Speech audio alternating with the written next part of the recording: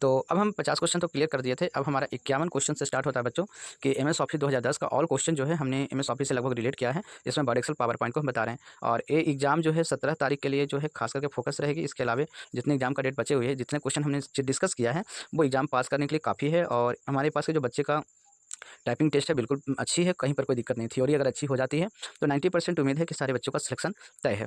तो चलिए बच्चों, हम नेक्स्ट क्वेश्चन की बात करते हैं। एमएस एक्सेल 2010 में किसी कॉलम को स्थायी रूप से छिपाने के लिए किस विकल्प का उपयोग किया जाता है? अगर किसी कॉलम को हमको छुपाना है, ठीक है, तो ये ऑप्शन होम टैब में मिल जाता है। होम टैब में आपका फॉर्मेट ग्रुप के अंदर एक कॉलम मिल जाती है जहाँ रहेगा हाइड कॉलम। या तो आप किसी कॉलम पे हेडिंग पे क्लिक करके राइट क्लिक करेंगे, तो वहाँ पे माउस से राइट क्लिक करेंगे ना, तो वहाँ पे एक ऑप्शन मिल जाएगा हाइड कॉलम, जहाँ से आप कॉलम को छिपा सकते हैं। एमएस पावर पॉइंट 2010 में स्लाइड शो के दौरान नोट्स को देखने के लिए किस विकल्प का उपयोग किया जाता है? तो अगर स्लाइड शो के दौरान अगर किसी नोट्स को देखना हो तो आप वहाँ पे नोट्स पेज का इस्तेमाल कर सकते हैं। नेक्स्ट है कि एमएस वर्ड 2010 में किसी डॉक्यूमेंट को पासवर्ड से सुरक्षित करने के लिए कौन सा विकल्प उपयोग किया जाता है? ठीक है, एमएस वर्ड 2010 में अगर हमको डॉक्यूमेंट को पासवर्ड से सुरक्षित करना है तो कौन सा विकल्प इसके लिए बेटर रहेगा? तो प्रोटेक्ट डॉक्यूमेंट का जो डॉक्यूमेंट है बच्चों, यहाँ पे आपका पेज प्रोटेक्ट होता है। थोड़ा और आगे पढ़ते हैं। इंसर्ट में प्रोटेक्ट डॉक्यूमेंट हो गई, एक फाइल में प्रोटेक्ट डॉक्यूमेंट हो गया, एक व्यू में प्रोटेक्ट डॉक्यूमेंट हो गया। तो यहाँ पे दो ऑप्शन प्रोटेक्ट के लिए सही है बच्चों, एक है फाइल वाला और दूसरा है रिव्यू वाला। रह गया कि रिव्यू में जो प्रोटेक्ट करते हैं वो हम सिर्फ पेपर को करते हैं, पेज को। लेकिन यहाँ पे डॉक्यूमेंट यानी पूरे फाइल को प्रोटेक्ट करना है तो हमें फाइल मेनू में जाना होगा। फाइल मेनू में भी दो ऑप्शन मिल जाएंगे। एक तो आपका प्रिपेयर में मिल जाएगा, इनक्रिप्टेड डॉक्यूमेंट से आप लॉक कर सकते हैं। और दूसरा है कि आप जब सेव करने जाएंगे तो वहाँ टूल्स मिलेगा, टूल्स के अंदर कस्टम मिलेगा, जनरल मिलेगा, जनरल के अंदर जो है आप पासवर्ड लगा के उसको लॉक कर सकते हैं। तो फिलहाल यहाँ पे ऑप्शन जो फाइल वाला है वो आपका सही इसलिए दे रहा है क्योंकि डॉक्यूमेंट की बात करें। यहीं पर अगर पेज की बात करेंगे तो ऑप्शन नंबर ए सही हो जाएगा, रिव्यू में प्रोटेक्ट डॉक्यूमेंट। एमएस एक्सेल 2010 में सेल की सामग्री को मर्ज करने के लिए किसका उपयोग करेंगे बच्चों? तो यहाँ पे मर्ज, देखिए यहाँ पे मर्ज में ध्यान रखिएगा, सेल की सामग्री को मर्ज करने के लिए देखिए मर्ज ऑप्शन से भी हम मर्ज कर सकते हैं, मर्ज एंड सेंटर से भी कर सकते हैं, मर्ज अक्रॉस से भी कर सकते हैं। यहाँ पे अब कन्फर्म नहीं किया है बच्चों, पर यहाँ पे सिर्फ कह रहा है कि एमएस एक्सेल 2010 सेल की सामग्री को मर्ज करने के लिए, ठीक है, किस ऑप्शन का उपयोग कर सकते हैं? तो सामग्री में यहाँ जो आंसर दे रही है वो है मर्ज एंड सेंटर, ठीक है। पर इन तीनों ऑप्शन से जो है आपका मर्ज होता है। अगर इसमें हो सकता है, अगर इसमें ये प्रश्न रहेगा बच्चों कि इनमें से किस सेल के द्वारा मर्ज नहीं हो सकता है, तो है मर्ज डाउन। इसकी मदद से आपका ये ऑप्शन नहीं है, इसलिए सही उत्तर आपका नहीं रहने पर मर्ज डाउन होगा। अब बाकी मर्ज जो है इनमें से तीनों है। और ग्रुप अगर बात करें कि किस ग्रुप का सामग्री है, तो वो ग्रुप का नाम है यहाँ पे मर्ज and centre. MS power point 2010 में स्लाइड लेआउट बदलने के लिए कौन सा उपयोग किया जाता है? Home tab. जबकि हमने बताया कि स्लाइड ग्रुप में 4 ऑप्शन है। एक न्यू स्लाइड हो गया जहाँ 9 प्रकार के आपको अलग अलग स्लाइड मिल जाते हैं। एक आपका रीसेट है, एक आपका लेआउट है, एक आपका डिलीट है। तो आप वहाँ लेआउट जो हो गया वहाँ से क्या होता है कि पुराना जो स्लाइड है उसी को बदलने के लिए हम इस्तेमाल करते हैं बच्चों, जो होम टैब में आपको काम होता है। एमएस वर्ड 2010 में फॉर्मेटेड टेक्स्ट को कॉपी करने के लिए कौन सा टूल उपयोग किया जाता है? तो अगर एमएस वर्ड 2010 की बात करें तो फॉर्मेटेड टेक्स्ट जो है उसको कॉपी करना है तो हम इस्तेमाल करेंगे फॉर्मेट प्रिंटर का। उससे क्या होगा, एक बार में जितने भी आपने बोल्ड इटैलिक अंडरलाइन कर रखा है किसी पेपर के किसी टेक्स्ट के ऊपर में, तो दूसरी जगह एक ही बार में आपका अप्लाई हो जाएगा, आपको कॉपी और पेस्ट एक ही बार में भी हो जाता है। एमएस एक्सेल 2010 में डेटा वैलिडेशन किस टाइप में देखने को मिलता है? तो डेटा टाइप के अंदर डेटा वैलिडेशन का ऑप्शन आपको मिल जाता है। एमएस पावर पॉइंट 2010 में टाइमर जोड़ने के लिए किस विकल्प का उपयोग करते हैं? ठीक है, तो पावर पॉइंट में अगर हमको टाइमर जोड़ना है बच्चों, तो वहाँ पे ट्रांजिशन ऑप्शन के अंदर टाइमर का ऑप्शन विकल्प मिल जाएगा, आप वहाँ से जोड़ सकते हैं। एमएस वर्ड 2010 में पेज की मार्जिन सेटिंग बदलने के लिए किस टाइप का उपयोग करते हैं बच्चों? तो पेज लेआउट की बात करेंगे। यही चीज़ आपका जो है बच्चों 2016 वाला में चेंज हो गया है, लेआउट वगैरह में हो गया है, उसको एक बार देख लीजिएगा। एमएस एक्सेल 2010 में सेल की पंक्ति यानी जो रो की ऊंचाई बदलने के लिए कौन सा विकल्प हम यूज़ करेंगे? तो देखिए पंक्ति में बहुत सारे बच्चे कंफ्यूज हो जाएंगे, यानी रो को बोलते हैं। तो इसके लिए हमको होम में जाना पड़ेगा, होम में एक ऑप्शन मिल जाएगा रो हाइट, ठीक है। और ऐसे फॉर्मेट ग्रुप है, एक फॉर्मेट ग्रुप में आपको मिल जाएगा रो हाइट। तो यहाँ पे ध्यान रखना कन्फ्यूजन की अगर टैब की बात करती है तो देखिए होम के अंदर हमको पहले जाना पड़ेगा फॉर्मेट ग्रुप में, तब मिलेगा रो हाइट। और एक डायरेक्ट दिया हुआ फॉर्मेट में रो हाइट, तो इसका सही उत्तर फॉर्मेट में हो गया। एमएस वर्ड 2010 में फाइंड एंड रिप्लेस का शॉर्टकट कुंजी क्या है बच्चों? तो फाइंड रिप्लेस की बात करेंगे तो कंट्रोल+H हमने बताया है। यदि फाइंड लगाइएगा तो सिर्फ आपका कंट्रोल F लगाइएगा। एमएस एक्सेल 2010 में सम फंक्शन का उपयोग किसके लिए किया जाता है बच्चों? तो यहाँ पे कोशिकाओं को औसत खोजने के लिए, मानों को जोड़ने के लिए। तो अगर हम जोड़ने की बात करते हैं तो वो सम फंक्शन आपका यूज होता है। एमएस पावर पॉइंट 2010 में रिहर्स टाइमिंग का उपयोग किस लिए किया जाता है बच्चों? तो जो भी स्लाइड के ऊपर आपने टाइम दिया है उन स्लाइड टाइमों को जो है एक साथ मिलाने के लिए होता है कि कौन सी स्लाइड पर हमने कितने देर टाइम दिया है और उस टाइम मिला के एक नया वीडियो बना सकते हैं। तो स्लाइड शो के समय जो है अभ्यास करने के लिए हम इसका उपयोग करते हैं। एमएस वर्ड 2010 में हेडर और फुटर को एडिट करने के लिए कौन सा टैब प्रयोग में होता है? तो इंसर्ट टैब, जो कि हम पहले ही डिस्कस कर चुके हैं। एमएस एक्सेल 2010 में ग्राफ का टाइटल बदलने के लिए किस टैब का उपयोग करेंगे? तो हम लोग जब ग्राफ की बात करेंगे तो यहाँ पर एक्सेल में जो है डिजाइन टैब के अंदर नया में आ गया है बच्चों, तो इस चीज़ को देख लीजिएगा। एमएस पावर पॉइंट 2010 में स्लाइड में ट्रांजिशन इफेक्ट जोड़ने के लिए किस टैब का उपयोग होता है? ठीक है, तो अगर एमएस पावर पॉइंट 2010 में अगर स्लाइड में ट्रांजिशन इफेक्ट जोड़ना है तो इसके लिए डिजाइन टैब का हम लोग इस्तेमाल करेंगे। डिजाइन में ही एक ऑप्शन मिल जाएगा ट्रांजिशन। एमएस वर्ड 2010 में डॉक्यूमेंट के सभी टेक्स्ट को एक बार में चुनने के लिए किस शॉर्टकट कुंजी का इस्तेमाल करेंगे? तो टोटल के लिए कंट्रोल+A से हम सभी को सिलेक्ट करते हैं। एमएस एक्सेल 2010 में इफ फंक्शन का उपयोग किसके लिए किया था? तो डेटा के शर्तों को परीक्षण करने के लिए, उसके अनुसार हम लोग करते हैं, डेटा के शर्तों को परीक्षण करने के लिए। अब हम आगे बढ़ते हैं 69 नंबर क्वेश्चन से। तो अब हम आगे बढ़ते हैं। 69 जो था पावर पॉइंट स्लाइड में वीडियो को जोड़ने के लिए कौन सा टैब का प्रयोग करते हैं। तो हम लोग इंसर्ट टैब में जाकर के हम लोग एक ऑप्शन मिल जाता है, ठीक है, वीडियो और ऑडियो का, हम यहाँ से जोड़ सकते हैं। एमएस वर्ड 2010 में किसी पैराग्राफ को सेंटर अलाइन करने के लिए कौन सा शॉर्टकट का प्रयोग किया जाता है। तो अगर सेंटर में अलाइन करना तो कंट्रोल+ इससे हम अलाइन कर सकते हैं। एमएस एक्सेल 2010 में सीट को जोड़ने के लिए किस विकल्प का उपयोग किया जाता है, ठीक है। तो यहाँ पे इंसर्ट में आपका वर्कशीट दिया हुआ है, इंसर्ट में वर्कशीट, एमएस एक्सेल 2010 में सीट को जोड़ने के लिए तो ये ऑप्शन होम टैब में मिलता है, इंसर्ट वर्कशीट। एक बार कंफर्म कीजिएगा बच्चों। इसके शॉर्टकट ऐसे बताते हैं, सेव के साथ एफिकार होता है और नई सीट भी हम यहाँ से ले सकते हैं होम टैब में फॉर्मेट ग्रुप से, ठीक है। फिर यहाँ पर इंसर्ट में दिया गया, एक बार आप चेकअप कर लीजिएगा। एमएस पावर पॉइंट 2010 में हैंडआउट मास्टर का उपयोग किस लिए किया जाता है। तो प्रेजेंटेशन के लिए हैंडआउट पेज बनाने के लिए हम इसका उपयोग करते हैं। सही उत्तर आपका बी हो गया। एमएस वर्ड 2010 में डॉक्यूमेंट में पेज ब्रेक जोड़ने का शॉर्टकट क्या है, यानी तोड़ने का कंट्रोल+ इंटर होता है। एमएस एक्सेल 2010 में किसी चार्ट के को डेटा को एडिट करने के लिए किसका उपयोग करते हैं, चार्ट टूल का इस्तेमाल करते हैं। एमएस पावर पॉइंट 2010 में स्लाइड में लिंक यानी हाइपर लिंक जोड़ने के लिए किसका उपयोग करते हैं, तो कंट्रोल+ के का यूज करते हैं। एमएस वर्ड 2010 में मेल मर्ज का उपयोग किस लिए किया जाता है, ठीक है। सबसे वेरी वेरी इंपॉर्टेंट जो क्वेश्चन है आज के डेट में वो यही चल रही है, ठीक है। तो डॉक्यूमेंट फॉर्मेटिंग जोड़ने के लिए हम मेल मर्ज का उपयोग करते हैं। एमएस एक्सेल 2010 में किसी सेल में फॉर्मूला लागू करने के बाद उसे हटाने के लिए कौन सा विकल्प का इस्तेमाल करेंगे। डिलीट के माध्यम से भी कर सकते हैं, क्लियर कंटेंट के माध्यम से भी कर सकते हैं। क्लियर कंटेंट इसका ऑप्शन है, याद कर लीजिए। एमएस पावर पॉइंट 2010 में स्लाइड में स्मार्ट आर्ट जोड़ने के लिए कौन सा टैब का इस्तेमाल करते हैं, इंसर्ट टैब का इस्तेमाल करते हैं। एमएस वर्ड 2010 में डॉक्यूमेंट व्यू का क्या उपयोग होता है, तो डॉक्यूमेंट को देखना, प्रिंट व्यू को देखना, ठीक है, डॉक्यूमेंट को विभिन्न व्यू को देखना। एमएस एक्सेल 2010 में कॉलम को एक साथ मर्ज करने के लिए किस विकल्प का उपयोग किया जाता है। तो एक्सेल 2010 में अगर कॉलम को एक साथ मर्ज करना है यहाँ पे तो मार्जिन सेंटर का उपयोग करते हैं। एमएस पावर पॉइंट 2010 में किसी प्रेजेंटेशन को स्लाइड शो मोड में चलाना है तो किस शॉर्टकट कुंजी का उपयोग करेंगे, F5 का उपयोग करेंगे। एमएस वर्ड 2010 में पेज लेआउट को बदलने के लिए कौन सा टैब का प्रयोग करेंगे। पेज लेआउट टैब को बदलने के लिए किस टैब का प्रयोग करना है, तो पेज लेआउट टैब का। एमएस एक्सेल 2010 में डेटा की पंक्तियों रो को स्वैप करना है, अगर अदला बदली करना है तो किसका उपयोग करेंगे, तो ट्रांसपोज का। ये होम टैब में आपका मिल जाता है पेज स्पेशल में। हॉरिजॉन्टल से वर्टिकल और वर्टिकल से हॉरिजॉन्टल होता है। एमएस पावर पॉइंट 2010 में स्लाइड शो को समाप्त करने के लिए कौन सी कुंजी दबाई जाती है, ठीक है। स्लाइड शो का समाप्त करना तो ये पहले भी हम देख चुके हैं। एमएस वर्ड 2010 में डॉक्यूमेंट को सेव करने के लिए हम किसका यूज करते हैं, कंट्रोल+ सेव का। एमएस एक्सेल 2010 में चार्ट के प्रकारों को बदलने के लिए कौन सा टैब का इस्तेमाल करते हैं हम लोग, डिजाइन टैब का। एमएस वर्ड 2010 में फुटनोट जोड़ने के लिए कौन सा टैब इस्तेमाल करेंगे, इंसर्ट फुटनोट रेफरेंस टैब का। एमएस पावर पॉइंट 2010 में स्लाइड में कस्टम एनिमेशन जोड़ने के लिए किस टैब का इस्तेमाल करते हैं, एनिमेशन टैब का।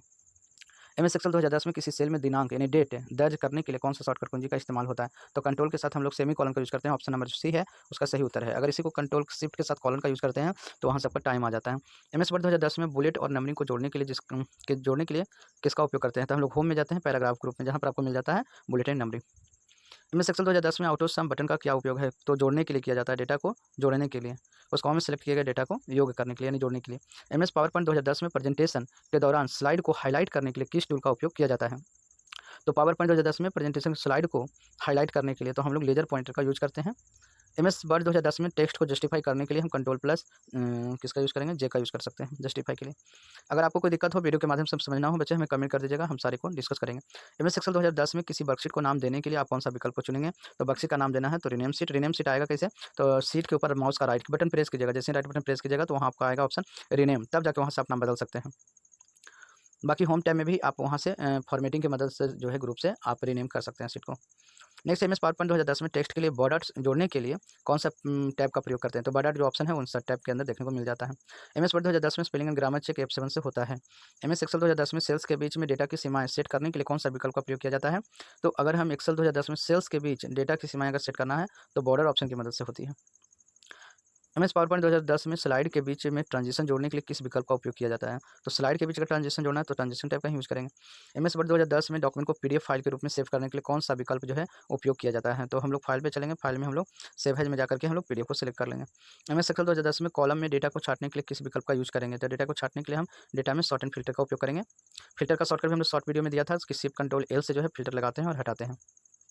एमएस पावर पॉइंट 2010 में स्लाइड शो में स्वचालित रूप से स्लाइड बदलने के लिए कौन सा विकल्प का यूज करेंगे, तो इसका है रिहर्स टाइमिंग के द्वारा।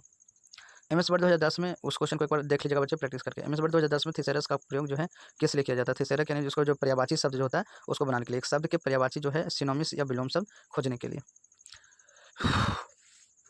आगे है हमारा एमएस एक्सेल 2010 में फ्रीज पेन का क्या उपयोग होता है, तो पंक्ति और जो रो होता है उसको स्थिर करने के लिए। एमएस पावर पॉइंट 2010 में स्लाइड सॉर्टर का क्या उपयोग होता है बच्चों, तो स्लाइड सॉर्टर का उपयोग होता है एक साथ कई सारे स्लाइड्स को आप देखने के लिए, ऑर्डर ग्रुप में रखने के लिए, छोटे छोटे व्यू टैब में मिल जाता है। एमएस वर्ड 2010 में वर्ड काउंट का क्या उपयोग होता है, तो वर्ड काउंट के द्वारा हम डॉक्यूमेंट में जितने भी वर्ड हैं, पैराग्राफ हैं, लाइन्स हैं, उन सभी को गिनती करने के लिए। एमएस एक्सेल 2010 में पिवट टेबल का उपयोग किस लिए होता है? तो पिवट टेबल का उपयोग होता है डेटा को सारांशित और विश्लेषण करने के लिए। एमएस पावर पॉइंट 2010 में स्लाइड में बैकग्राउंड कलर सेट करने के लिए कौन सा टैब हो गया? हमारा डिजाइन टैब है बैकग्राउंड कलर के लिए। एमएस वर्ड 2010 में टेक्स्ट चेंजर फीचर को कैसे लागू किया जाता है? तो व्यू टैब में जाना पड़ेगा, रिव्यू टैब में जाकर प्रेफरेंस चेंज को ऑन कर सकते हैं। एमएस एक्सेल 2010 में चार्ट में डेटा की एक श्रृंखला को चुनने के लिए कौन सा प्रयोग किया जाता है? तो चार्ट में अगर डेटा को चुनना है तो चार्ट टूल्स में आपको मिल जाएगा select data. MS power point 2010 में प्रेजेंटेशन का हैंडआउट प्रिंट करने के लिए कौन सा टैब का प्रयोग करेंगे? तो हैंडआउट के लिए आपको मिल जाएगा फाइल में प्रिंट ऑप्शन। एमएस वर्ड 2010 में कॉलम्स फीचर का क्या उपयोग होता है? इसको चेक कर लेना है। एमएस वर्ड में कॉलम फीचर, कॉलम का क्या यूज़ हो सकता है? टेक्स्ट को एक या अधिक कॉलम में विभाजित करने के लिए ये बना करके दिया हुआ क्वेश्चन। एक्सेल 2010 में कंडीशनल फॉर्मेटिंग का क्या यूज़ हो गया बच्चों? तो डेटा को विशिष्ट शर्तों के आधार पर फॉर्मेट करना।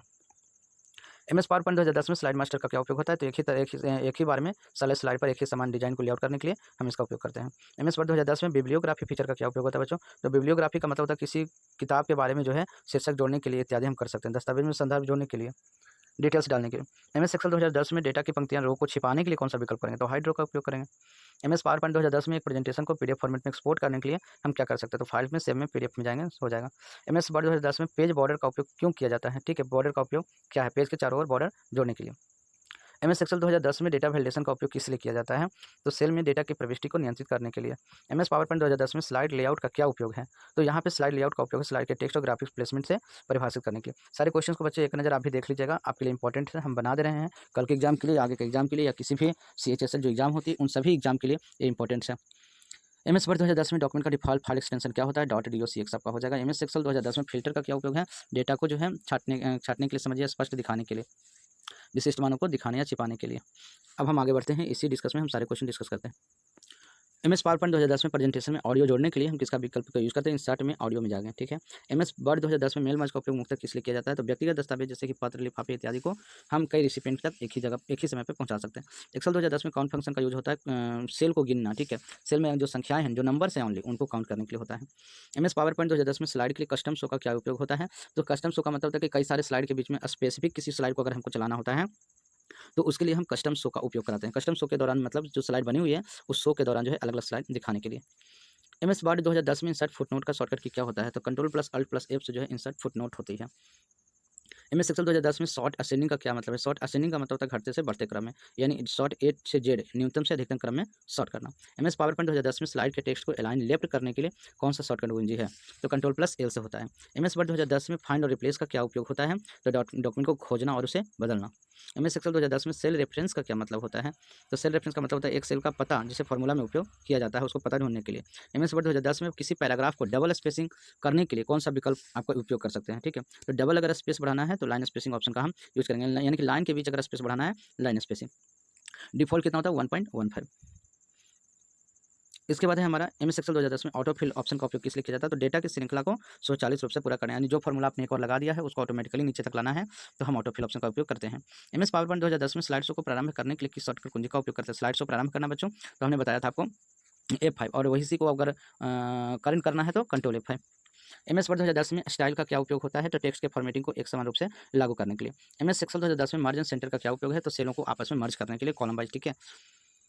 एमएस पावर पॉइंट 2010 में स्लाइड्स के लिए स्लाइड ट्रांजिशन का क्या उपयोग है? तो स्लाइड शो के दौरान स्लाइड बदलने का तरीका जो होता है वो आपका स्लाइड शो कहलाता है।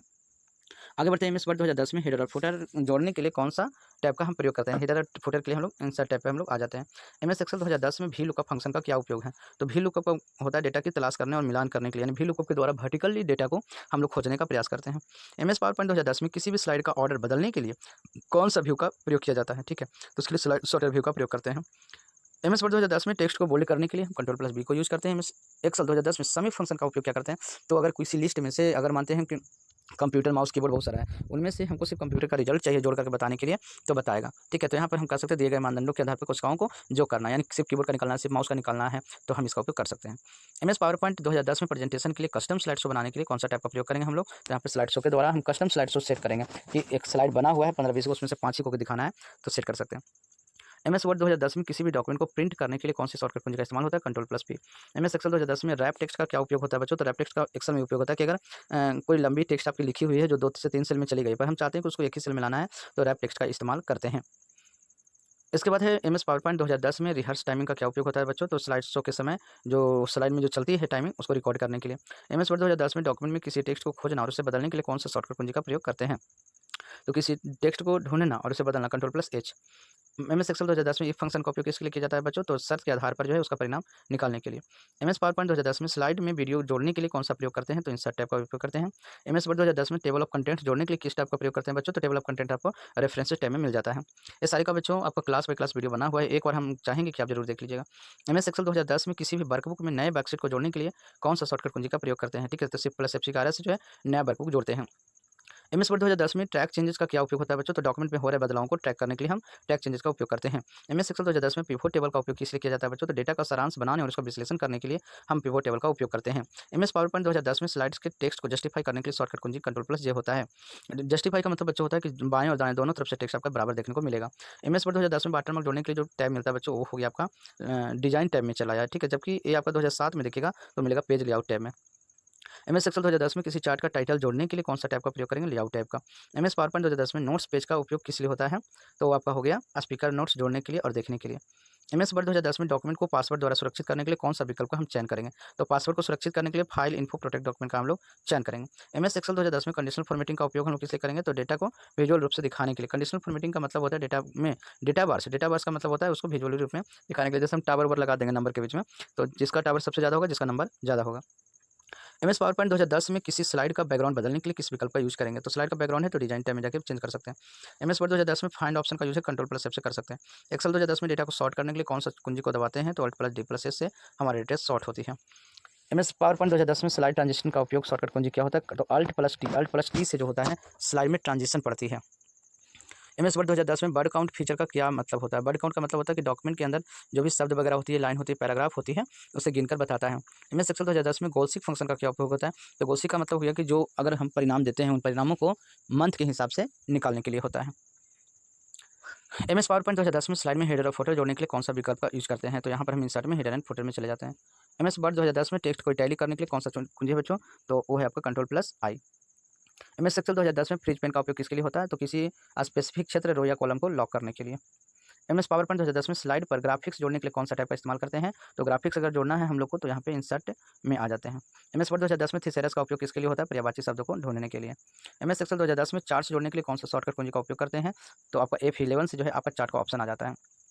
MS वर्ड 2010 में डॉक्यूमेंट को सहेजने के लिए कौन सा शॉर्टकट कुंजी है? सेव करने के लिए Ctrl+S है आपका। MS एक्सेल 2010 में बच्चों ऑटो सम का शॉर्टकट कुंजी क्या हो जाती है? तो अल्ट के साथ हम बराबर दबाते हैं तो ऑटो सम हो जाती है। MS पावर पॉइंट 2010 में स्लाइड शो को समाप्त करने के लिए किस कुंजी का उपयोग करते हैं? तो ESC के द्वारा हम खत्म करते हैं। MS वर्ड 2010 में टेबल में नई पंक्ति जोड़ने के लिए MS वर्ड में हम कहाँ जाते हैं? तो इंसर्ट में टेबल के अंदर चले जाते हैं, यानी टैब। अच्छा, जो टेबल जो पहले से है बच्चों और उसको नया और बढ़ाना है, ठीक है, यहाँ जोड़ने के लिए जो है बढ़ाना शब्द दिया हुआ है उत्तर के अनुसार। यानी जब मानते हैं आप कोई टेबल ले लीजिएगा, ठीक है, टेबल में आप कर्सर अंदर रखिएगा और टैब बटन दबाते जाइएगा तो अपने आप नया टेबल बनता हुआ चला जाएगा। इसका शॉर्टकट भी है प्लस माइनस करके आप बना सकते हैं। MS एक्सेल 2010 में किसी भी चार्ट के लिए डेटा स्रोत को बदलने के लिए कौन सा विकल्प माना जाता है? ठीक है, तो इसका है सेलेक्ट डेटा के द्वारा। MS पावर पॉइंट 2010 में एनिमेशन जोड़ने के लिए कौन सा टैब का प्रयोग करते हैं बच्चों? एनिमेशन टैब का। MS वर्ड 2010 में पेज ब्रेक जोड़ने के लिए किस शॉर्टकट कुंजी का उपयोग करेंगे? Ctrl+Enter का। MS एक्सेल 2010 में फिल्टर का उपयोग क्या होता है? विशिष्ट मानों के आधार पर डेटा को छांटने के लिए। नेक्स्ट बढ़ते हैं।